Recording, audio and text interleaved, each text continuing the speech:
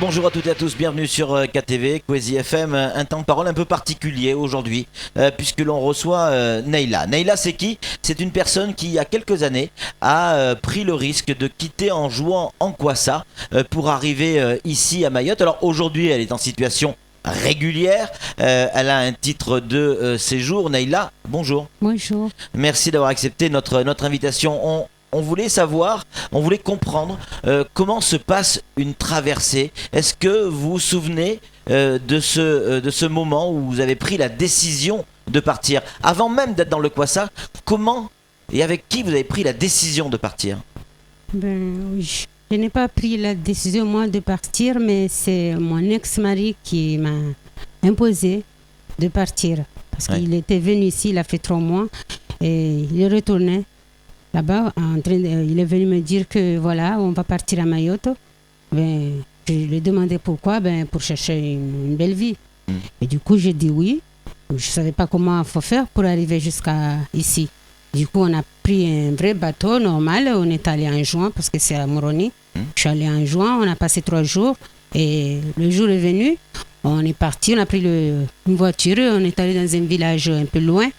C'est là où on devrait partir pour venir ici. Et là, vous attendiez à avoir le même type de bateau pour aller jusqu'à Mayotte ? Voilà, je n'ai jamais vu le bateau qu'on a pris. Je ne l'ai jamais vu avant. Celui-là, je croyais que c'était pour les pêcheurs, quoi. Mais je ne savais pas, c'est là où on doit monter pour venir ici.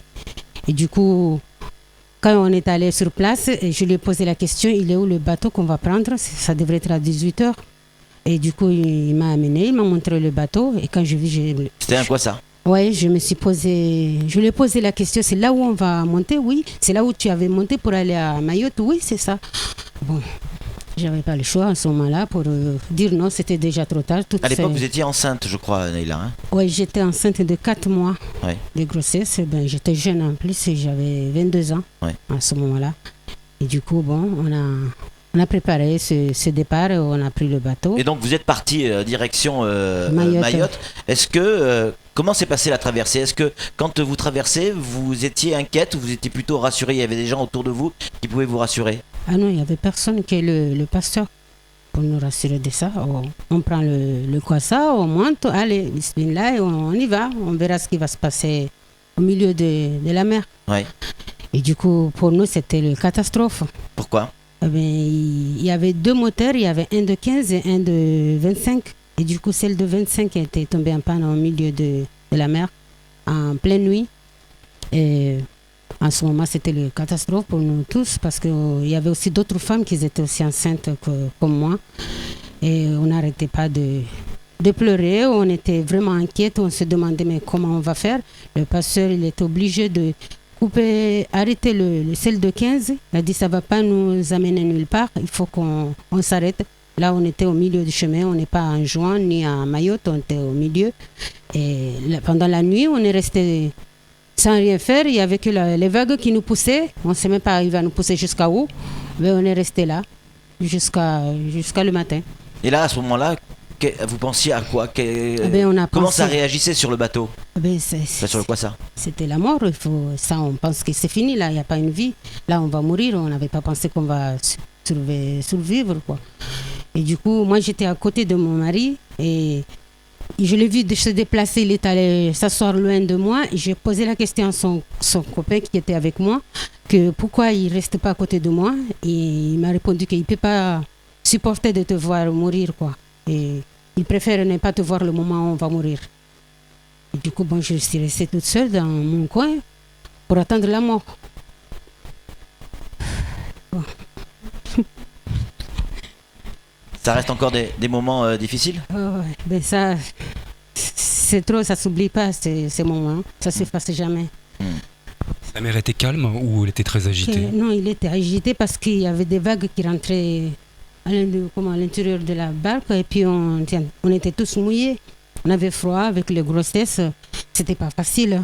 Il n'y avait personne pour qu'on demande de l'aide. En ce moment-là, il n'y avait même pas de téléphone comme aujourd'hui. Même s'il y en avait, je ne crois pas qu'il aurait avoir les signaux, je ne crois pas. Quand donc cette barque, vous êtes donc au milieu, c'est les vagues qui vous poussent. Grâce à Dieu, cette barque n'a pas chaviré. Ouais, il a failli. Il a failli, mais malheureusement, bon, ou bien heureusement, Dieu nous a aidés. Il a failli tomber. Du coup, on est resté jusqu'à le matin et on s'est retrouvé en juin dans un autre village qu'on n'avait pas pensé. Ah, vous n'êtes pas arrivé à Mayotte alors? Non. Vous êtes revenu en À juin? cause de la vague nous a amenés jusqu'à nous faire retourner. Là, on était au milieu en ce moment-là, la nuit. Et du coup, on a attendu jusqu'au matin et la vague nous a amenés nous faire retourner en juin dans un autre village qu'on ne connaissait pas. Et c'est là où on est allé chercher une autre barque pour faire un autre départ pour revenir ici. Et là, ce voyage, lui, par contre, s'est beaucoup mieux passé. Mieux pour juste le moteur Ouais. qui marchait bien seulement. Ouais. Mais on a eu quand même les mêmes vagues qu'on les a eues sur le premier. Ouais. On a souffert. Il y avait des enfants qui criaient, qui pleuraient. On ne pouvait pas les calmer. Nous, même les mamans, on était aussi très inquiètes de la mort. Mais on a quand même pu y arriver. Même si c'était tellement dur. On a vécu l'enfer. Et quand vous arrivez à Mayotte, quand vous arrivez sur le territoire, qu'est-ce qui se passe? Il y a des gens qui vous prennent en charge? Comment ça s'est passé pour vous, en tout cas? Ouais, pour moi, à ce moment-là, il y avait des gens, mais ils nous attendaient loin du tout, parce que nous, on nous a fait laisser dans un village qui s'appelle Tingoni, là, et on nous a fait descendre dans des forêts. C'était en pleine nuit, à 23h comme ça. On a marché d'abord dans les cailloux, dans la mer, jusqu'à trouver un chemin pour monter en haut, pour continuer le chemin de la forêt. On dirait qu'on était dans une forêt, quoi. On ne voyait plus rien jusqu'à que sortir. Ça nous a pris à peu près 30 minutes jusqu'à sortir sur la route. Et c'est là où il y avait une voiture. Et moi, je ne sais même pas qui c'est. Je n'étais pas au courant de rien. Ouais. Ça, c'était peut-être entre le passeur et ces gens-là. Ouais. Ils se sont mis d'accord. Et l'heure, tout ça. Et il nous a pris là. Il nous a menés dans une école en Tingoni. Ouais. Dans cette école, on nous a donné de l'eau pour se doucher, se changer. On nous a fait dormir par terre jusqu'à 5h du matin. Et 5h, il y avait une voiture qui nous attendait aussi. Il faut qu'on ait chacun a son argent pour payer c'est un bus pour aller là où tu veux. Tu avais l'intention d'y aller. Donc en fait, c'est quand vous arrivez, vous n'êtes pas totalement, enfin dans votre cas à vous, hein, Oui, Neila, hein, oui. vous n'avez pas été totalement abandonné, vous avez été pris en charge Ouais. par un système. Voilà, en ce moment-là, oui. Ouais. Mais ça ne se passe pas comme ça maintenant. Hein. Ouais. On te jette n'importe où, après tu te démerdes pour y arriver. Neila, quand vous avez fait cette traversée, vous étiez enceinte, vous venez de le dire. Aujourd'hui, c'est une grande fille qui est à vos côtés. Est-ce que elle est au courant de votre histoire? Oui, je l'ai raconté. Je l'ai tout dit. Vous lui avez raconté? Ça vous semblait important de lui raconter cette histoire? Oui, qu'il le Pourquoi? sache. Parce que c'est très important de savoir ce que sa maman a traversé pour arriver jusqu'à là. Et aujourd'hui, c'est un quand grand risque. vous en parlez avec elle comprend ce qui s'est passé? Ah non, elle ne comprend pas ça. Parce que les enfants qui sont nés ici ne peuvent pas comprendre ce que nous, on a vécu, la traverse de là-bas jusqu'ici. Ils ne peuvent pas comprendre, ils ne peuvent pas imaginer ce qui nous est arrivé. Sam? Ouais. La première tentative de traversée, donc vous avez attendu toute la nuit parce que le moteur était en panne, vous regagnez en juin, donc vous repartez le matin, j'imagine, et vous arrivez en fait le soir. Ça a duré très très longtemps cette traversée. Oui, nous, on est arrivé le matin, on était obligé d'attendre. Le départ est toujours à 18h. D'accord. On est resté dans ce village, comme ça, attendre jusqu'à 18h pour repartir encore. Vous avez refait une traversée de nuit, Oui. vous êtes arrivé en pleine nuit à Mayotte. Voilà, à 22h. Aujourd'hui, il y a des gens autour de vous que vous connaissez forcément qui aujourd'hui encore font la traversée. Quel conseil vous avez envie de leur donner?